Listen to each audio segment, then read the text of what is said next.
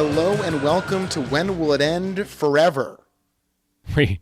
We're super sexy. Yeah. We're having a good time. Yeah. We look great. Yeah. It's fucking When Will It End Forever, baby. This is all... The stakes have never been higher. Well, wait, for the show? Or was this we're For the continuing movie this thing? podcast, we watch the movies, we start with the first in the series, and continue all the way through it, and we ask ourselves, is this one forever? This one is. This one is Batman Forever. It's Joel Schumacher's Batman Forever. So the movie started, and I like the gutsiness of this movie. The first one was called Batman. They wrote out Batman. Tim Burton's like, I used the I made a actually pretty stunning poster by just having the Batman symbol and nothing else, but I will literally write out Batman. 2 has the uncurling, wild effect. This one replaces the word Batman with the Batman symbol. So it just looks like this movie's called Forever. Forever. Yes, and then amazingly, the opening credits sort of zing around the screen at crazy angles. Let me tell you one thing, listener, you dumb fuck. Oh, I like my movies shot at a normal angle. Well, guess what? You're stupid and wrong. Because if you make a single shot in a movie that's not at an extreme canted angle, it's because you're a coward and you know nothing about film. Yeah, no, it's genius. I think sort of like when I took Greek back in college, I learned that only like 6% of verbs are considered regular and all other verbs are considered irregular.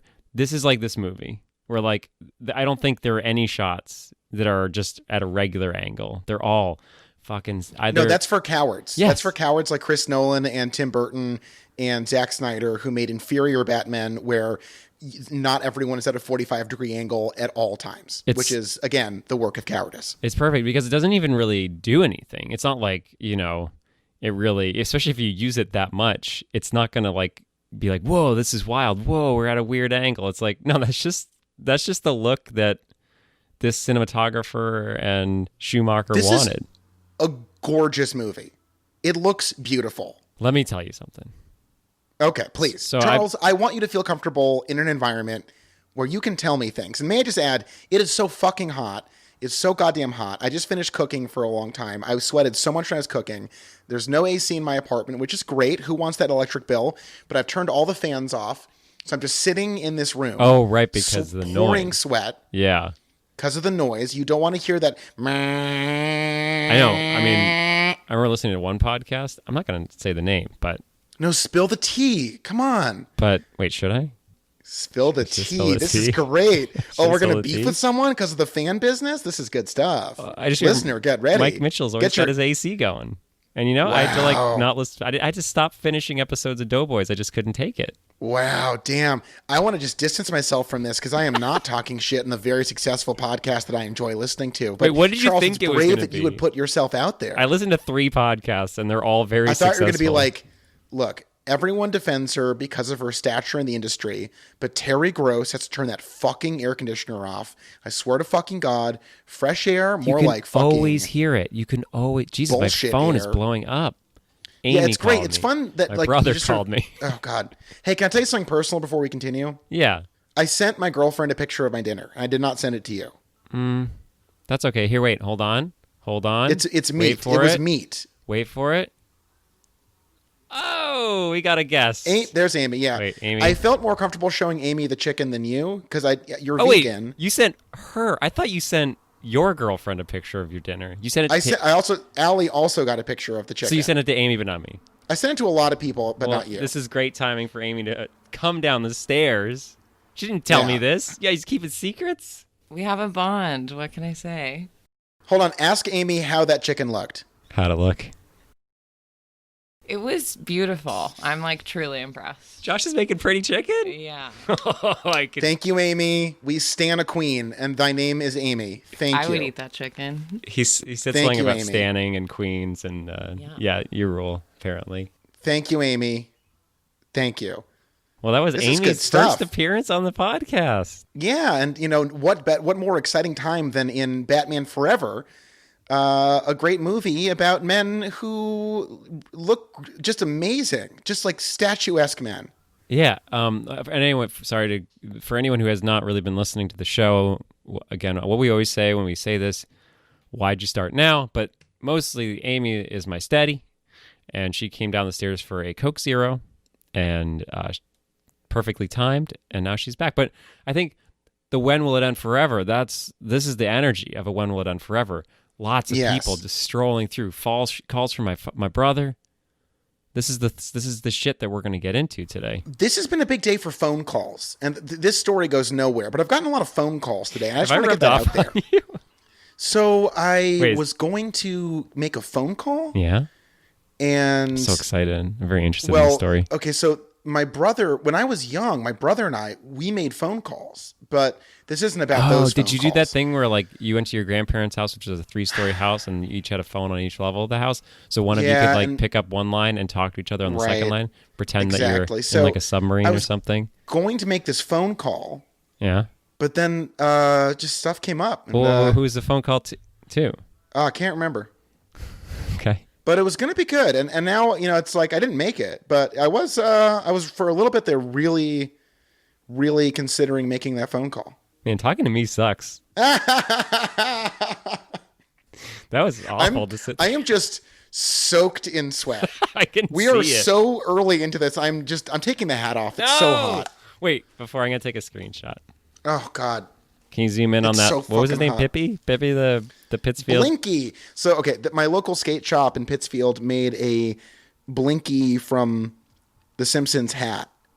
And it says Pittsfield, my hometown, in the Simpsons font. I love it. And it's delightful because we have very bad pollution in our water. Right, the Silver Lake, right? Silver Lake, I'm impressed you remember that. That was the industrial runoff pit for General Electric for decades. But the Housatonic River is filled with PCBs. So it's a fun little nod to our long-term environmental disaster. Didn't Randy Newman write a song? Well, he was going to write that song about Pittsfield, but he wrote it about Ohio? Where did he write it about? I'm gonna go to Pittsfield. I'm gonna make a friend or two when I'm there. I sound like Bob Dylan.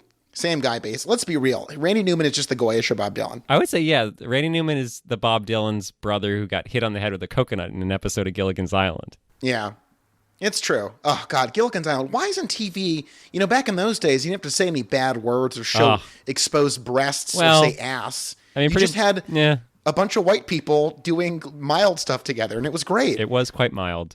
Honestly, I know that show probably sucks, but just for the mild level, I think I could really get into a show that's that mild. They're like making fucking radios out of coconuts, making cars out of coconuts, making pies out of coconuts. Probably making crude abortion tools too. They were there for a while. Yeah, that was what that Cronenberg movie with Jeremy Irons, right? It's like Gilligan's Island spinoff. Yeah. It's killing me. Dead Ringers. Dead Ringers. Yeah. Dead Ringers. Is that it? Yeah. The famous Gilligan's Island spinoff about the gynecologist from the island who made coconut machines. Right, and then went on to say, "I've never had my brother's never had a woman that I haven't," or whatever that great. I gotta watch that. You just did Coen Brothers. Yes. I think next you should do Cronenbergers. I mean, for sure. Seriously though, you should start from the beginning and do all Cronenberg. Yeah. Bam, bam, bam. Masterpiece after Having masterpiece. done a beloved white art house favorite series, I'm feeling like I should follow it up with another darling of. I know in your spare time you're not doing that. I'm saying I need to diversify my watching habits. Okay, especially for big projects. It's 2020. Come on, Josh. Mm-hmm. I'm giving myself a kick in the butt here. Boop. All right. Well, yeah. A little kick in the boot. But yeah, this would be just one kick in the boot. Just kick in the boot. Yeah, it's a good point. A little kick in the. It's a good point. Boot. Yeah, can't argue with that. That's good stuff. Batman Forever, Charles. What a fun movie. I like that. Everyone. People write this off sometimes. I think the reputation that I've heard is like, oh, it's the campy one. It's silly again. Right.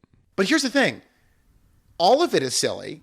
Yes. Batman as an idea is silly. Yes. It's very funny. Yes. The problem with Tim Burton is that you always feel like you're at the unpopular kid from elementary school's house with all of his toys out. That's such a I hope that's an original Josh, because that is so on point. Thank you. What can I say? I've got away with words. Okay. You got away with words? What else did you get yeah, away with, there, buddy? Are we on Beano.com over here? God, I wish I'm gonna lose so much coherence so quickly because it is so fucking hot. We got to figure this out for the next I hate episode. the summer so much. No, this is good. This is good stuff. So I was at the Cape Cod today. I really never spent much time there, and I keep going to like friends' houses where they just somehow have like a house in the Cape. It's like, wow, this is I don't know. I didn't know I knew so many people that had multiple houses. Well, I mean, this is just my year-round apartment. I do have the summer house on Martha's Vineyard. On the vineyard. Wait, you've never invited me to the Martha house? I don't know if let's just say when I'm on the vineyard, the social environs wouldn't quite suit your je ne sais quoi. Does that make sense to you? I don't want to sound condescending, but you're a bit gauche, and I don't want to parade you around. They don't like cum talk? It's the cum talk I think put off, because it's let me see, my bungalow is next to the Dershowitz's, and then the Maxwell's. I mean, Sure. it's just sort of like, you know, a certain level of society. I don't know if you'd fit in well there. Wait. Never. I'm not even gonna. Do you think Ghislaine Maxwell will be alive by the time we release this podcast? Who? Ghislaine Maxwell, Jeffrey Epstein's fixer, who secured. Well, we're recording this a little in advance. Do you think she's in federal custody? We're strangely ahead. This will come out in like a week and a half. Yeah, I think this time they can't. You don't you think they punched their ticket with Epstein? Yeah, you can't have two suicides. So I read an article where they were like, they got rid of all of her bed sheets and all of her clothing is paper. Wait, is this because of some weird fetish? It's a sex thing. Yeah. Yeah. No. It's because they're at least putting on the performance of, oh, please don't kill yourself, Ghislaine Maxwell, please. Yeah, you know how all of you pedophiles just want to kill themselves once they're caught. Well, hold on. She helped out a pedophile. We don't know if she was a pedophile. She was a pedophile's buddy. Yeah, that's true. And a human trafficker. It's really very bad what she did. But I'm just saying. I worked with somebody. I still don't know if he was joking, but he's like, wait, Epstein was fucking kids? I thought he was just trafficking kids. Oh, that means I love that guy. Oh, wait. Oh, he was just trafficking? Oh, I don't know. But no, I don't. Hold on. It was just trafficking? I don't think he's trying to get him off the hook. I think he just like, why else do you traffic? I mean, I guess maybe. I think if you're selling someone to be raped, you are.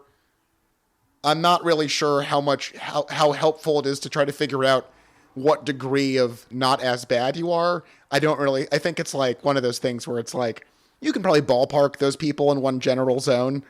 Yeah, no, but I don't think he was trying to get him off the hook for anything. I just think his brain really, maybe he's just such a nice boy. He doesn't even go to pedophilia.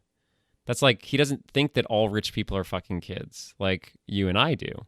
Can you please clarify what you just said? Do you listen to yourself talk? You made it sound like we fuck kids is what the way that came. You're not paying it. I'm saying, I see what your stupid eyes, your dull little beady eyes.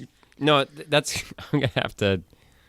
I might actually cut that out. I'll listen to it again. Just what you were saying was, we suspect that the wealthy are pedophiles because, you know, there's overwhelming, relentless evidence that when you reach a certain level of depravity, there's only one last frontier that money can protect you from, and it's that. Yeah. And I'm not really sure how controversial that is in 2020 to point that out. No, but it would be very controversial to point out that, the thing that you thought that I said, which I'm not even going to say it again, so that I don't have to edit that out. And yet you've brought us back to that. Are you like, is this like a bet you made with yourself? Can you incriminate me and Josh in one episode? Ha! I got one face over here. Ha! And another face over here. Hold on, hold the friggin' phone. Am I talking to goddamn Two Faces? I got one over here. And I got another over here. Let me flip this coin. Okay, hot take. Tommy Lee Jones does not know how to flip a coin. His performance is fascinating and very confusing. It's great. I love the energy he brings to it, and yet it is a complete mess. And I'm not even complaining. No. I love that it's so messy. Yeah, no, it's really good. And I just, like, after the third coin flip in the opening 10 minutes, I was like, he really has no concept of how to actually like flip a coin. and a lot of them are just cut out. And by the way, the Coen brothers and Cormac McCarthy, oh, what if the bad guy flipped a coin? Guess what, morons? What? That's in Batman. Oh, yeah. Forever. He did it first. Batman. We need to go to IMDb and Wikipedia and be like, trivia about No Country for Old Men. This is entirely on Batman Forever. Wait. This is 100%. Can you still just edit Wikipedia and it goes live until someone edits it back? Or does it now get like filtered? I mean, I'm like an adult with shit to do in my life. I haven't edited Wikipedia since middle school, so I have no Well, I've never done it, but I'm like wondering if right now I edited No Country for Old Men to just say... I remember our high school IP address got blocked by Wikipedia because kids were like just calling stuff gay on Wikipedia like all day. Yeah, I was like, we could just every day wake up, get some coffee, do the crossword, and then go to wikipedia.org and change the first sentence of No Country for Old Men on Wikipedia to say remake of Batman Forever. Or maybe it's like blatantly steals from Joel Schumacher's. Oh, you just want... Look, it's a battle. Like a A section. battle of Joels here. Joel Coen saw Batman Forever, got a little idea, and was like, what if friggin' Anton Chigurh did this too? So you want it to be like cast, plot summary, music, reception, and then controversy. Yes. See, Yes. This is people raised in Wikipedia. I was like, we got to make the controversy section because that's the best part of every Wikipedia page. The Yes. only reason Wikipedia exists is to find out the bad shit that someone did, and it's great. We got to do it. I'm doing it tonight. We really do. Happens. This is good stuff. Yes, Batman Forever. Oh man, there's bad guys in this one. 3 technically, if you count each of the faces. Well, then I would say more because like the one theme... I am dripping sweat. This see is it. insane. Oh, This it's is insane. disgusting. It's fucking... I'm losing my mind. You're going to be zero face because your face is just going to slip right off. I feel much like Edward Nygma. Okay. Well, Did you? So I googled this later. That's enigma, like enigma. right. Enigma. Yeah. What's another word for mystery, Josh? Well, enigma. That's a bit of wordplay. Right. Mr. I'm just saying some people watch this and they don't really understand. It's just good stuff. The movie or the show or that thought process. Wordplay, the fun of living. I'm losing like body mass at this point. That's not good. You need mass. Oh, well, I've got enough to go for at least the record, but afterwards I may have to, crawl into an icebox. Like that corgi. Oh my God, I saw the cutest. So Facebook now is like, I don't even know why I look at it because actually I do know why. Because sometimes it says, Charles, you might like this video, and it's of a little tiny corgi puppy crawling into a refrigerator where someone's removed like the bottom vegetable tray. And it's so hot, it just curls right up and goes to sleep in a refrigerator. That does sound pretty good. Yeah, it's pretty good. It's good use. Does sound pretty fucking good. I have a lot to say about this movie, and Okay, I think we keep getting sidetracked. But I've tried to make multiple points, and then they've just gone away because I think just keep saying something. Can I just say something? Hey, what? Yeah, sure. When Dr. Chase Meridian uses the bat signal to try to cop Dick, it's one of the best moments of a movie ever. And see, this everyone's like, whoa, Batman Returns, so fucking edgy and dark and sexy. Like, they don't even really talk about it, but she just like literally uses the bat signal to fuck Batman. Try to get fucked. She's like, Batman, here's the emergency, stuff it in me. Which is weird because you were talking at the top of the show how like hot all the dudes are in this movie, and they got Nicole Kidman, who is she's a stunner. She's good. She's good looking too. She's just resplendent. She is. But like they didn't just make her sexy like they made every other man in this movie sexy. Joel Schumacher is gay. Joel Schumacher was, I believe, a window dresser on Fifth Avenue. I didn't know that. I believe that's the case. When Joel Schumacher swings, he swings hard. Well, I didn't even know he was gay. He brings a distinct homoeroticism to the franchise that is delightful. I think the shot of Val Kilmer of the bat ass is incredible. So good. I was the cod pieces get more and more distracting as the movie goes on. I literally thought Robin's cod piece had a head, like had the like outline of a head on it. The cod pieces get like when you start noticing them, but they really crescendo, I think, towards the end when Robin shows up in full costume. But yes, the codpieces are there might as well be a spotlight on the codpieces. It's amazing. Spotlight 2. You hear this? The guys with freaking codpieces on the dicks. On their fucking dicks. You see that fucking shit? Holy fuck, dude. Dude, you seen that codpiece? Fuck. We gotta get to the bottom of these codpieces. You're telling me kids growing up in Boston every day and they don't know about codpieces? Oh no, Josh like froze up during one of his classic Mark. Oh, he's back. Okay. Josh, don't worry, guys. I'm back. I went so into character a la Mark Ruffalo. You broke the internet. Oh my God. Remember when that was a thing people said? I love it. I'm going to start saying it again. Yeah. Hey, Charles, you want to break the internet? Yes, absolutely. I would love to break the internet. How would we do it? Yes, my friend. Well, that's like then corporate accounts started doing that. Like, right. Hey, it'd be like literally Pepsi to Kit Kat being like, hey, Kit Kat, want to break the internet? And then it's like Pepsi flavored Kit Kat. Holy shit. Hey, pizza, you want to break the internet? Oh my God, 9 slices of pizza. Internet. Fuck. Broken. Fuck. Hi, it's the internet. I'm dead. I'm literally dead. Oh, literally dead. Tying up forever. Bye. I'm literally dead. I'm broked. I'm broked. You done broked me. Also, so again, to compare this to the last one, which was, again, I'm just gonna keep fucking pissing on the grave of Batman Returns. Just the addition of the nipples. The nipples are on these transcendent. People, we live in a dog shit society, where we use capitalism to accrue an unbelievable amount of wealth, immediately remove as much as possible from it from the most people possible, and then let everything just crumble while a tiny sliver of the population lives in unbelievable splendor and decadence. And a similar crime against humanity is for Joel Schumacher to add nipples to the Batsuit and to have people fucking make fun of it as though it's not like legit. One of the things where our world is so much warmer and richer and more erect because of those bat nipples. Yes. It does. I feel like without even trying and without even trying to do it, it does more like weird sexual shit than the last one did. But then on the other hand, it also tells a story that is both fun, complicated seemingly, like with the amount of sheer scope it's trying to accomplish. You have, as you said, well, 2 villains, sort of. Well, if we're counting faces, this is the point. I would say 3. But as Chase suggests, perhaps every one of us has 2 faces. Chase is a really good doctor. She wants to fuck her patients. She it's cool that she like really wants to just get railed by Batman. And or then maybe sort of Bruce Wayne, but doesn't seem to quite have the same. No, because she has that scene where she's like, I usually choose bad sex partners. So I'm just going to choose you now, Bruce. And maybe we won't even have sex. And that's what you want to hear from a sex partner. Yeah.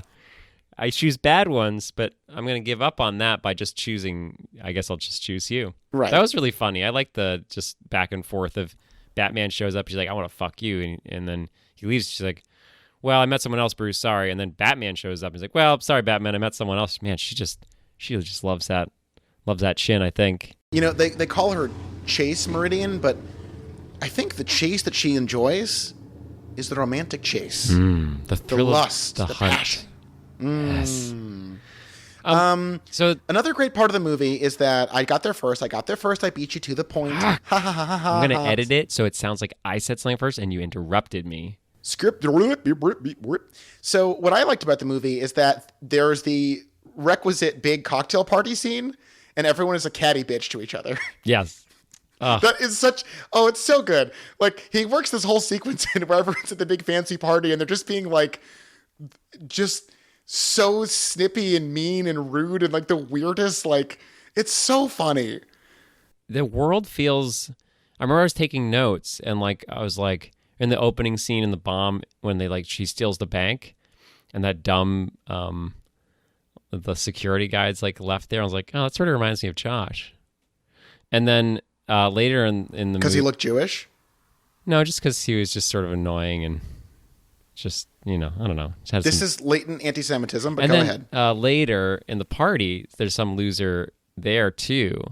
And he also he's like, oh, Josh would probably say something like that. So the bit here is that the characters you don't like in the movie who you think suck reminded you of me. Yeah. Did that really happen? No. Did you just think of that right now? Maybe. How do you feel about it now that you've gotten it off your chest? I give it a 4. Out of what? 10. Okay, that's fair. Yeah. All right. 4 out of 10. Okay. If it was 5, I'd say, Charles, Back to the books. I don't know, man. Go check that math. But I think, I'm not going to focus on specific scenes. I think overall, what a pleasant feeling to come from Tim Burton, where we've talked in the last episode.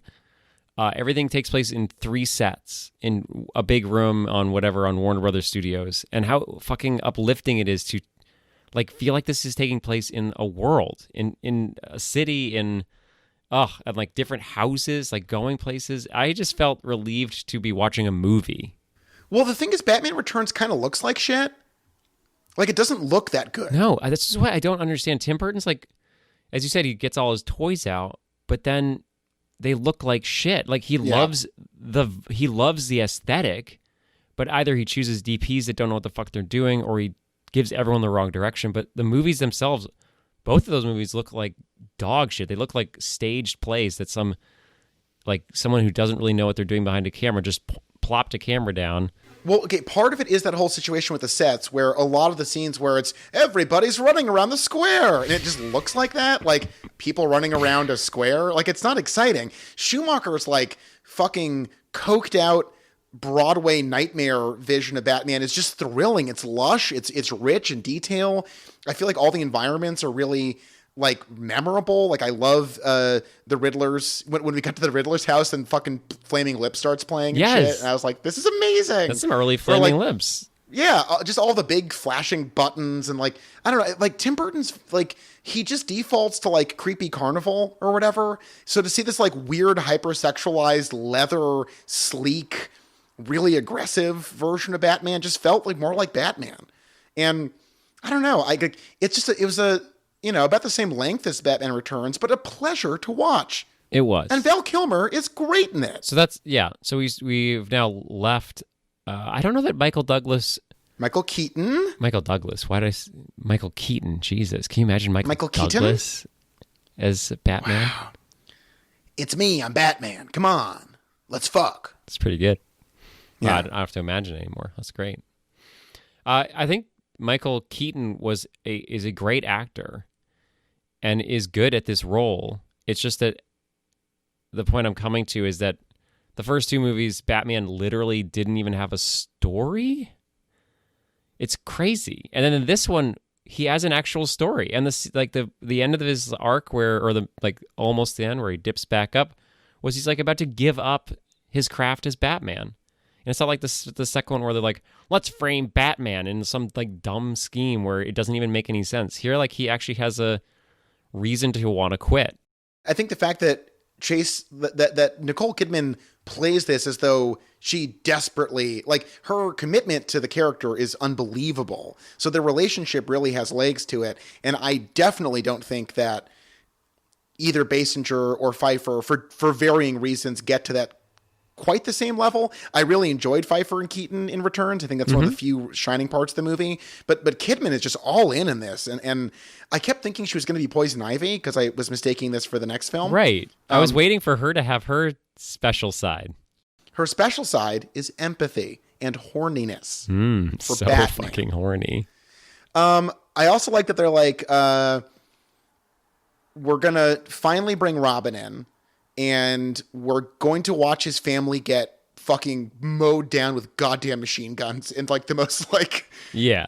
I'm not sure. This must be PG-13, right? No, was it PG? I don't know. Look it up. Because I had one more thing to say about the point you were talking about Chase and her following up from the other 2 female leads. Again, this I said it last episode, I don't think Tim Burton's ever had sex. And like, it doesn't feel like anyone in these movies have sex or want to have sex. They just want to say the words, I want to fuck. And this is like a movie where like they kiss a couple times and they have actual feelings and like, she wants to fuck. And like, it actually feels like the people who wrote this movie and made this movie understand what sex is. I mean, Kidman's portrayal of wanting to fuck is Oscar worthy. If that was the only criteria. She uses the bat signal. Is that the only... Puts on a slip. The only way to get an Oscar is how well you suggest that you want to fuck? I'm saying if there was they added a new category, lead actor or actress who really wants to rub one out, just bang it on till morning. If that was a new category, she'd win. She would have won that every year. It's not even. She goes to the roof of the fucking police station in a slip, like in Gotham. She like gets into the police. They never explain this. It's so awesome. Yes. Like there's a whole other story we didn't see where Chase like broke into the police station, turned on the bat signal, got a little outfit together, and then waited for Batman to make a pass at him. That is good filmmaking. I just watched the TV show 000, where like every episode. Have you heard of that show? No, but that being said, at this point, my memory is slipping as more and more fluid oozes out of my pores. Yeah. Oh God, I can see it. Oh, it's like I'm like shining like a surface in a Joel Schumacher movie. Yeah, you're like the end when Jim Carrey's brain blows up and everything's just like flying out. I want to note that the reveal of the final Riddler outfit is so ridiculous. It gets better and better every fucking time. I don't know. I'd never seen all of this before. And when we get to the final Riddler outfit, where apparently he's changed in the middle of the scene into yes. a white unitard covered in sequins and rhinestones, it is so fucking awesome.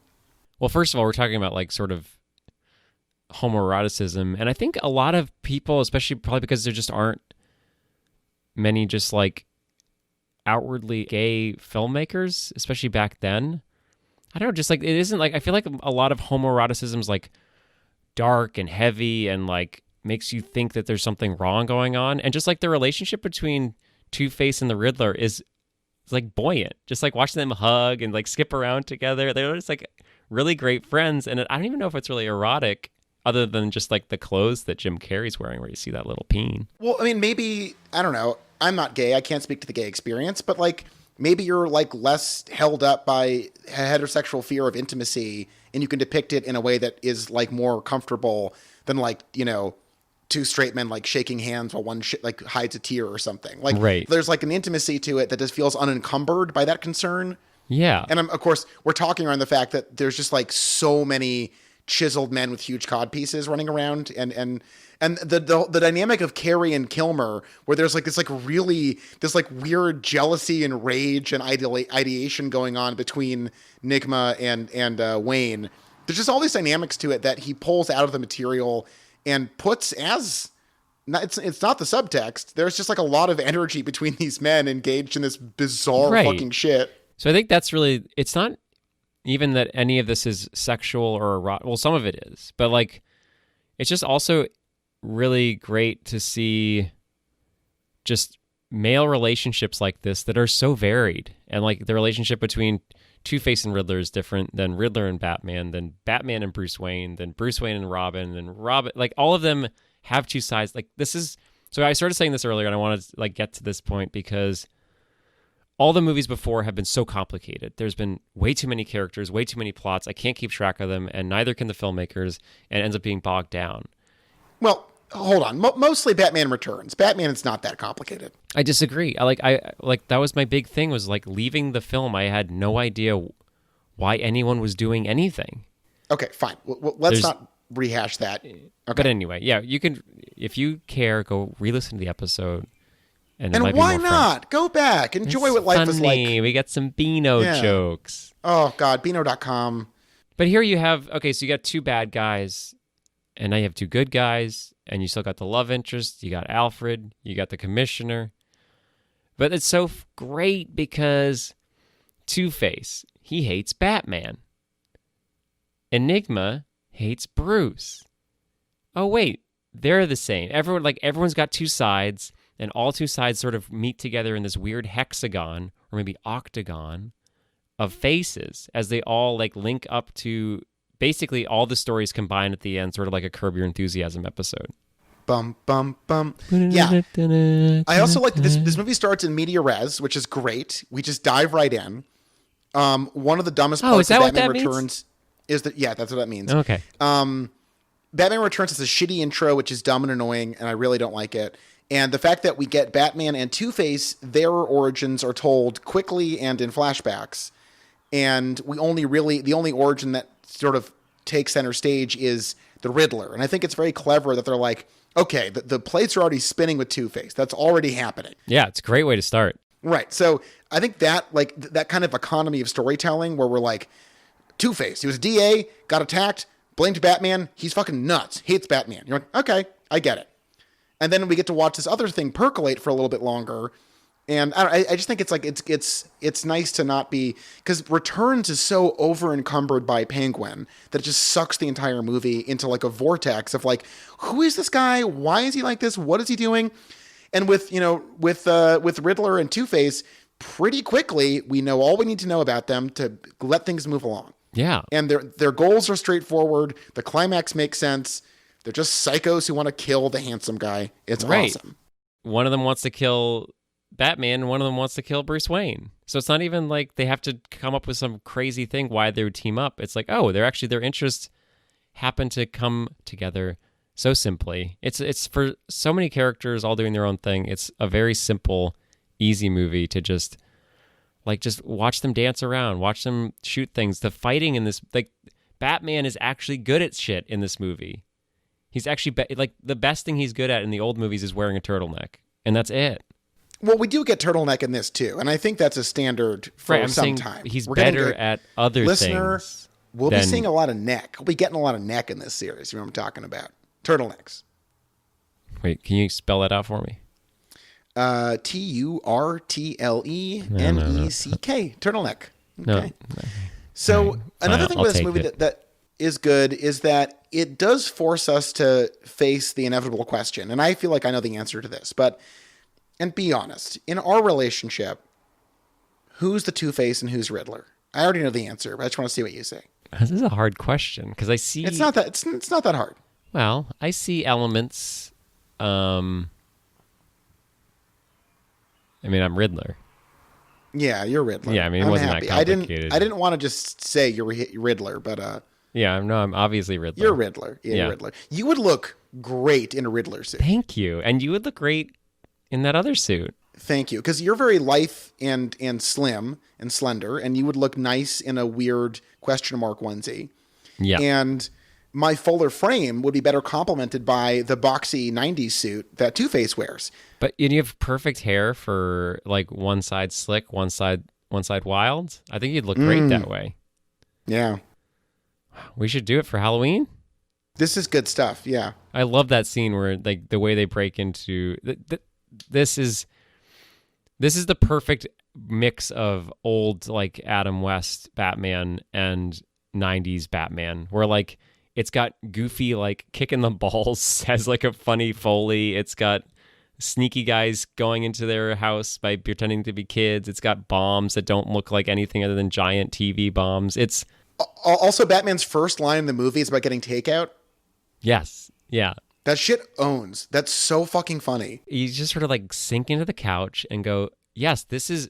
So it isn't that last episode I was asking when will it end, because I didn't want to keep living in a world. I'm ready for Nolan. After watching Burton, I'm like, I want Nolan. I don't want this cartoony shit. But what I realized is, no, I just don't want Burton's cartoony shit, because this shit fucking works. This is funny. This is light. But it also is like a sugar to get you to the medicine, baby. Yum, yum, yum. Well, the thing with Burton is that I think his whole thing is like, isn't this cartoonish thing actually sad and compelling and full of, he's just trying to draw on this morbidity as a veil for how vapid his ideas are. Yeah. At the end of the day. And Schumacher's like, you know what this movie's about? These guys wear wild ass suits and just like traipse around the city doing wild shit. And it's fun and funny, and parts of it are serious and parts of it are the silliest shit you've ever seen. But like, it's fun. It's fun to watch people do this. And yeah, Return was like excruciating compared to this. I want to clarify that I'm not saying this is like a genius movie. This movie did make me like, this isn't a great movie. And sometimes I get carried away, especially after two bad movies in a franchise where I'm like finally given breath again. I'm like, this is the best fucking thing ever. This is not. This is like, yes, it does some of the same things that the first two did, where it sort of talks you through the themes, but it's just so much. It's like, I want to watch this. I would watch this again. Well, it's just like, it's about seeing a movie that's well made. Because with Return, you're like, something went wrong here. This is not smooth. This is clunky. I keep hitting all these corners. I'm getting bogged down. What's going on? In this movie, I don't know if there's a second to fucking think, because you're just whipped through it. And it's like, it's competent, it's aggressive, it's confident. Mm-hmm. And again, we do get a good old shot of that badass. And Kilmer's packing cake. Cake. 2 cakes for me. Yeah. A little bit of cake up in that. Well, that shot is so good. That shot is so good. I did not see it coming. I was like, that was amazing. Chest. All right, that makes sense. Arm shit. That makes sense. And then it shows the cod piece, sort of. And like, all right, wow, that's pretty good. And then just whomp whomp. Full on ass. Just butt. Ass to ass. No reason. Hey, Alfred was back. Your favorite guy. I loved Alfred in this movie. And this is it. Everything. Whoa, this is a big change of pace. You were hating on Alfred pretty hard. Yeah, so this is, you talked earlier, like just a couple of minutes ago, about like, it is about people putting on suits and going out and doing crazy shit. And yes, there's maybe a couple scenes where he's like, the dropping of the rose reminds him of his family dying. And even that's like pretty well done. But for the most part, certainly compared to, Keaton putting the flower on the sidewalk, which is not great. And then the incel goes, man, that kid must have, oh God, can you imagine being a kid with no parents? And then she's like, man, that must have sucked. He must be feeling really sad. But this is mostly about watching men get in suits, all of them, and running around doing crazy shit. And then you might have some times to be like, oh yeah, I guess each of them does have 2 sides. And oh yeah, there are some conflicts about, should I kill this person or should I put him in jail? All these things that like normally would have taken up 3 minutes of dialogue in a Burton movie. It's just you get to watch it.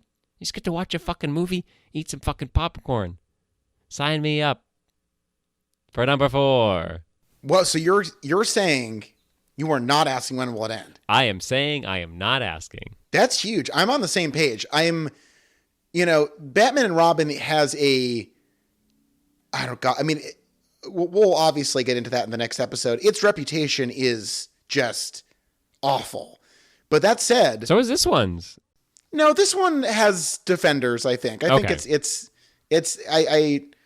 interesting to hear who shows up for Batman Forever. I will note, revisiting another movie podcast, Blank Check, they spend a fair amount of Batman talking about Batman Forever, which is really funny. That is funny. It's just delightful. It's like a beacon.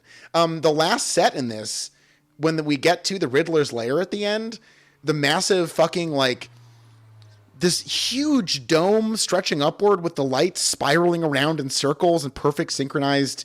Yes. Man, what a psycho and awesome. The underwater shit looks so good. Yeah. It's just it's like a really well shot movie. It's fun. It's like if James Bond weren't sort of boring most of the time. It uses that same idea of old Adam West Batman. Be like, well, let's see what this set piece is. Oh, it's a mountain that then splits into 2 sections. Cool. Oh, and then that's how our Robin and Batman get split up, and Batman has to climb through this death cylinder while Robin has to deal with his own emotional turmoil of killing or not killing Harvey Dent / Two-Face. And then it's like watching Guts and James Bond and all these great things. Oh, baby. Sign me up Dios for míos. It's so number good. 4. And number 4. Wow, you're so... I've never seen this excited in your life. This is Give amazing. me 4. 4. This one has a 39% on Rotten Tomatoes. I guess I see what you're saying. Like, there are people that say it's fine, but I think overall it didn't do very well, right? Yeah, people weren't ready, and that's fine. As usual, the bleeding edge artists are a few steps ahead.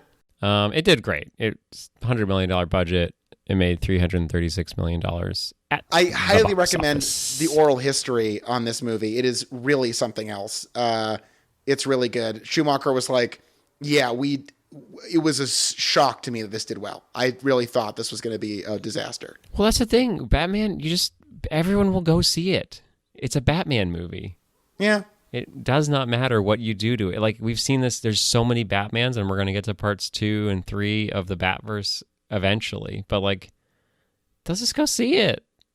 I don't even think that Batman Begins is probably a very good movie, but Had Batman in the title. People went and Here's saw what's it. horrifying. That's my favorite of those 3 movies. Yeah, and I don't know that it's a very good movie. I think we can still, both of those statements could be true. That's true. You're We'll not have to- wrong, man. We'll have to wait for part 2 of the Batverse. Oh, God. Listeners are on the edges of their seats. When's it going to happen? When's it going to happen? They got to do Batverse 2. I want to put something out there right now. We should do, I think the end of this series will time out well with doing the 66 Batman movie for Why Won't It End? That's going to be great. Look at our Patreon for that. We're going to definitely do. People are like, oh, you're not doing the Adam West. It's like, yeah, that's not a franchise movie. Yeah, you can't just do it. I mean, I guess we could have, but no, it doesn't make sense. It's a standalone. Yeah, you fucking idiots listening. Rusty, if you're listening, fuck you, bro. I'm not. I don't really know you that well, Rusty, or maybe No, I'm kidding. at all. Rusty, please pay for the Patreon. We'll talk about Adam West There you for go. hours. We'll do a 6-hour Adam West Batman episode. Can you imagine? I'll just do it in this fucking room, pouring sweat. Josh, My you're running out of girlfriend mass. He's like, it doesn't livid matter. at me. 6 hours. Josh, I've got to do it for the cast. you're turning into a black hole. Okay, so yes, this movie was rad. I really enjoyed it. We haven't talked about the big bird in the room. That's right. I speak, of course, of Chris O'Donnell's Robin. Hubba hubba. Chrissy looky goody in this movie. I loved when he goes to the party and his suit is like the most 90s shit ever, where it's like a big lapel shirt and like a puka shell necklace or whatever. Yeah. Like, he looks so sick. It's just hysterical. Like that necklace was like, I thought he got his throat slit. It's like, oh wait, Yeah, no, it's- it's the fucking 90s. Right. It's got a weird ass necklace. I think that we see how important, the whole thing with Keaton in Returns is that you're like, where is this guy? He just seems like he's barely here. And in this movie, that other dynamic of having Batman play off both his villains, the vixen, and there's no V word for this shit. Vicar? Was Robin a vicar? He's not a vicar. Great Okay. question. Anyways, Viceroy. Was he a viceroy? not a viceroy. How about, was his name Vlad? As we know, his name is Dick Grayson. Anyways, I think that dynamic brings so much out of Batman that you're kind of like, why was this not stressed more earlier? Like, it's so, you get so much mileage out of that relationship. And again, for a movie that like in many ways is preposterous and very silly, I think Batman being like watching him orphaned and having his flashback, that's good writing. Yeah. We don't just have Batman's flashback out of nowhere. His flashback comes when he remembers his own experience. And when, I think that sequence is, I don't know, it's pretty powerful. Yeah, and this is why I like Alfred in this movie, because he's no longer just like the random servant man that you're supposed to just is like, okay, I guess he's just friends with Batman, and that's the whole thing. Like, he sees the pain. He's the glue, and he tries to get Robin to not only to help himself, but to help Batman. And it's like, it's just like, I don't know. He really did something in this movie rather than the other 2 movies where he does nothing but annoy me. But you're underscoring something that works in this, which is so interesting. Like, all of the characters have a game that they're playing that is understandable and distinct to each interaction. And I feel like we didn't really get that in the last 2 movies. Yeah, because as we said, neither of the last 2 movies were Batman movies. He barely does anything except just like, I don't know, maybe in the first one, but it felt so much more like a goofy old movie, like an Adam West thing, and I loved it. But muscular and wrapped in tight leather. And cocky, but not. I liked Two-Face's goons, the fucking jacked dudes in the vests and the masks. That was cool as shit. Those guys were awesome. Light up guns. The color palette in this movie God. is great. It's just beautiful. It's like really just like an awesome cinematic world to be in. And we haven't really talked about this either. We said we liked Val, but Val is like, I'm sort of scared now. That's like the only hesitation in not asking is like, I'm very comfortable with Val as Batman. Keaton didn't really work for me. He worked as a great actor, but he didn't really work as Batman. And now like Clooney? Is Clooney going to deliver the way that Val does? Val is a strange lead star. I don't know. What have you gotten into Val Kilmer as like, oh, I can't wait to see the new Val Kilmer movie? Well, his career is very strange, and I'm nowhere near noted up enough to dive into it casually. He definitely had that weird drop-off, and then the revival of Kiss Kiss Bang Bang. Yeah. And then He's kind of gone back to being like stunt casting. I don't think anyone's going to make a movie around Val Kilmer again. Well, he was really big in the 90s. What was he doing? Didn't he do Well, I another mean, in the 80s, he was in Top Gun opposite Cruise, in a huge performance. That was huge. Yeah, I didn't really like that movie. Yeah, I don't know. I like Val a lot in this. Like, I think he's doing it understated and cool and steely. And, I like Keaton's performance a lot, playing like I'm like essentially a sociopath who just like can't relate to people. And Kilmer doesn't go that route. He goes for this more like I'm Bruce Wayne, and it works for me. Like, he doesn't need to be. I understand why Burton and Keaton found that angle interesting. I get that, and it's cool that the first real cinematic swing at Batman, not Adam West TV show related to Batman, was this effort to draw that pathos out a bit more. Yeah. But it's also fun to just be like, to not have to worry about Bruce really. I think that's what we get into with Christian Bale, I think, where like right. part of what makes Dark Knight Rises so shitty is that there's so much Bruce and you're like, this is too much Bruce. But it's not even a guy who too much Bruce. There's too much Bruce. Doing nothing? Like just doing nothing. Like, right. It's the worst. It's the worst combination of too much Bruce doing zero. Right. So with Val as Bruce, he's just sort of like, he's pretty steely, he's pretty collected, he has moments of vulnerability, but like, he's pretty straight ahead, and it's kind of nice to not have to worry about Bruce and Batman in the same way. We're going to see him overcome the challenges. I don't need to see him be quite as tortured and weird, and that's fine. In a movie of this tone and pace, I don't think you could do it another way. No, and what's his last line of the movie is, I am both Batman and Bruce, not because I have to be, but because I choose to be. And I think this is what the first two movies was like, oh, let's make this fucking sick, twisted movie about a guy that has no control over his life and is just like forced because of his traumatic past. It will over-explain to you why he has so sad as Batman Bruce Wayne. And here it's like, that's part of this story. Like, I have a life, I want to fuck, I want to fall in love, but I also feel compelled to do this thing. And you know what? I have to try to do both.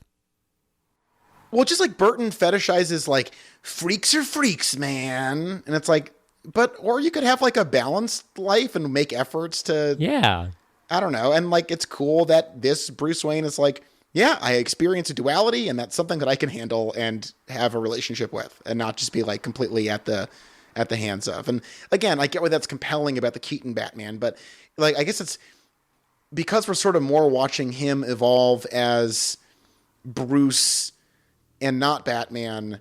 You don't like the whole thing with Bale's Batman is that Batman is always getting darker and crazier and wilder.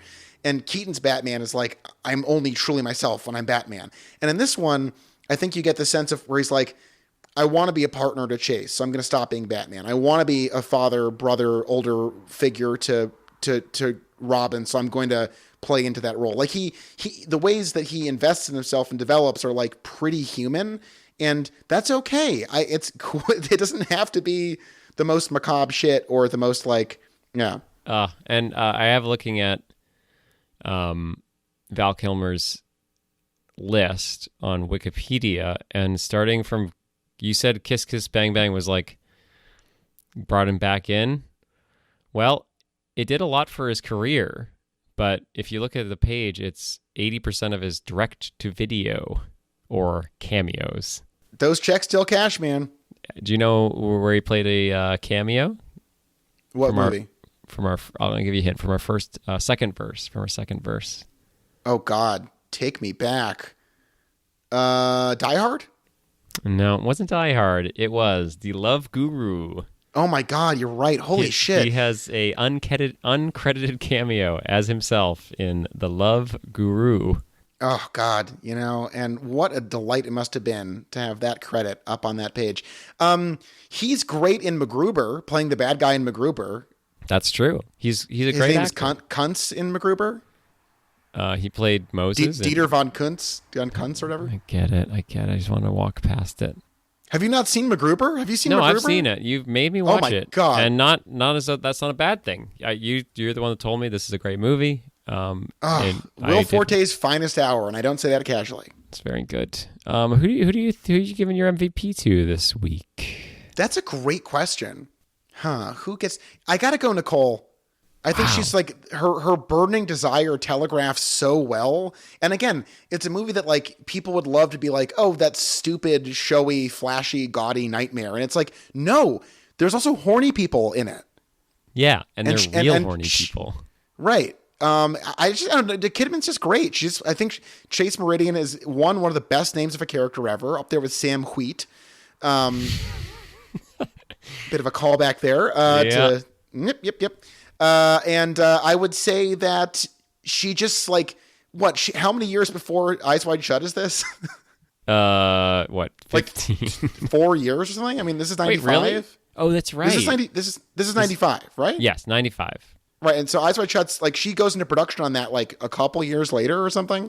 I guess this was a good, good first step into playing horny person in Eyes Wide Shut as horny person in Batman Forever. Right, we're piecing together Nicole's horny 90s, and I think this is just like a crucial part of that. And I loved her performance. I loved the character. I loved her bad dream helper doll. The whole thing was great. Go Chase. Go Nicole. Team Nicole. MVP. Yeah, I think she had a lot harder to work with because she didn't get to dress up in costume. She didn't have nipples put on top of herself. She had to do a lot of work. She wasn't a man. Well, we can presume she had her own nipples, but she didn't have additional nipples. That's what I mean. She didn't have extra nipples put on her. Just the nipples God gave her. Yes. Of course, on set, I bet Joel Schumacher was quite the god. So in a way, I bet it must have felt like God gave Val Kilmer more nipples. That must feel so good. God, give me 2 more nipples, please. And God Please, said, God, if you're listening, hey, God, if you're a fan, we are so flattered. I am like, I'm like really, this is crazy. Thank you for listening, God. God, I stopped praying, but I will pray again. God, I prayed for Charles while he wasn't praying. So I covered him on that one. He can repay me in the afterlife. Don't worry about it. That's so nice. Oh my God, do you think we'll be doing this show? That's what you meant by When Will It End Forever? We'll be doing this in their afterlife. In heaven. I mean, heaven to me, Charles, yes? is sitting on my couch in this unair-conditioned, unfanned room after a long day. Looks like a nice couch. It's a wonderful couch. We spent a lot of money on it, and it was worth it. Sitting on this couch, looking into my phone, seeing your little face on that phone. Yeah, it's very small. Just talking about those movies. Oh, it's heaven. Just talking about those movies. I don't know. Talking about those movies. We watch the movies. Who was your MVP in the movie? I need a little help, Josh. Okay. I need a little help. Okay, I got I'm 2. here to help. Split between 2, but you know the rules. You can only pick one. That's how it works for the MVP. You know what you should do? Flip a coin. Oh my God. Can I flip my expired debit card? Yes, because in a way, that's the coin of the 21st century. Yeah. All right. Okay. I love this. And I'll show you. I know how to flip a fucking coin. Hold on. But you have to throw your head back and go, ah! There you go. So that's actually one thing I wanted more of from Tommy Lee Jones was much more split. He basically was just Two-Face the whole movie, except for the very end when Batman's like, hey, wait, you're supposed to be Harvey Dent sometimes. And he's like, remember your coin rule? You're right, Batman. I should have probably acted more like a DA every once in a while, but whatever. Yeah. I just flipped it. I got heads. So that means I'm going to give it to the Riddler. Wow. I don't know that so like my dad never let me watch The Mask because he said it was like a pro-drug movie. Mm-hmm. He wouldn't let me watch Dumb and Dumber. He never explained why. Yeah. But one could guess. And he never you let were me a watch. fragile boy. You weren't ready for that. And he never let me watch. What was this? Oh yeah, Ace Ventura. Pet Detective. Thank you. Yeah, no one would have known what I was talking about otherwise. Yeah. So he went 1, 2, 3. This was like a movie that came out after Dumb and Dumber, which was like strangely successful. I'd have to watch it again because I did eventually see it, but it's like it seems very like tread carefully. Not too out there. It seems like a pretty. I don't know. Is it crazy? Is it like a weird movie? I mean, I think it has a few of my favorite jokes ever. It has the diarrhea scene, which is great. Mm-hmm. Tell her about my looks, my charm, my rapist wit. That's an incredible joke. Yeah. There's like the diarrhea scene is pretty legendary. But I feel like Ace Ventura and The Mask, Jim Carrey goes fucking wild, and I don't know. I feel like Dumb and Dumber is like a little more subdued from him, and then he gets. We don't need to compare every fucking Jim Carrey. Just say what you want to say about the fucking movie. I just like that Jim Carrey is like, you can barely tell him apart between his two sides of his face. That's not Jim Carrey. That's Tommy Lee Jones. No, but you were not listening earlier. Everyone has two faces. God. We hit an hour already. Just make your point. Enigma, Mystery Enigma also is the Riddler. I know. Oh, Jesus Christ. I'm literally dying right now. Can you just say, I liked the Riddler? That's what you're trying to say. I like the Riddler. The Riddler was good. It's a good boy. I was a big fan of the Riddler in the classic Adam West series, so it was fun. It's fun to see that character. I just imagine like if life. Robin Williams got his teeth sunk into this role, it would have been unfucking bearable. And that's who the role was written for. And wait, are you kidding? Are you serious? I thought you were. You always almost impress me, and then no, Josh, just like at this point, stupid... isn't it more impressive that I just guessed this shit most of the time? No, it was written for Robin Williams. They couldn't make a deal. And I think he felt like he had been used as a negotiating prop to get Carrey. So he was like livid with the studio who produced this for a very long time. It's a whole story. But they said that like the producers were like, yeah, like with Jim, he really gave like a lot of that was scripted. Like most of it was scripted. And with Robin, we were prepared for that to be like the full Robin Williams experience. And again, I do agree that we dodged a big bullet there. Ugh, the fucking references, the accents, the jokes that aren't funny. Like, I don't know. Jim Carrey was great. I loved how he like slipped into that when he first got his smart thing and he's at the party and just like looked like a rich, like hot boy. No, he's just trying to dress like Bruce Wayne. He's dressed exactly the same as Bruce No, that's Wayne. what I mean. But like, he was like like the beautiful version. Like he had all these different versions, but they all just felt like different sides of the same. Where I feel like Robin Williams just been like, hey, look, it's me doing an impression of Groucho Marx. Hey, look, it's me doing an impression of Che Guevara. It's like, shut up, Robin. Well, it cashed the checks. Let's try to wrap this up. I am about to pass out, and I would like to go to the bathroom because I had a big chicken dinner that I showed Amy. Chicken dinner. I have a question for you. Okay. And we can close on this. You can just answer the question, and we'll end the episode. But you end the most stakes episodes. have never been higher. You end most episodes saying, I really got to pee. And I'm just curious, do you not pee for a long time before so you have an out? So you don't end up with 6 So you think out? I have to pee. You just made the supposition. You told I me have you to had to pee. pee. No, I said to go to the bathroom. Oh, you got to poo-poo. Let me tell you something about being a journalist, Charles. When someone says they got to go bathroom, what you don't say, oh, of course, the bathroom's over there. What you say is number 1, number 2. Wait, why? Because they're not being specific. They're just saying go to the bathroom. Oh, yeah. I don't know. Like, what's the story? Guy goes to bathroom? That's nothing. Now, guy pees in bathroom? That's something. Wow. Well, hey, that's why you're an award-winning journalist. Yeah, And I am the pee nothing. poo bathroom stuff. Well, you know, you are in the service industry, so like, if you like were shot in front of me, I'd be like, well, he was a peon. He was like a lowly servant. So Yeah, I mean, know, when people ask me where the bathroom is, I go, you can just do it on me, sir. You can just do it on me. Give me my $1. please, sir, may I guzzle your piss? Please. I want it. I come to like it. I don't guzzle the piss and serve your food because I have to. It's because I choose to.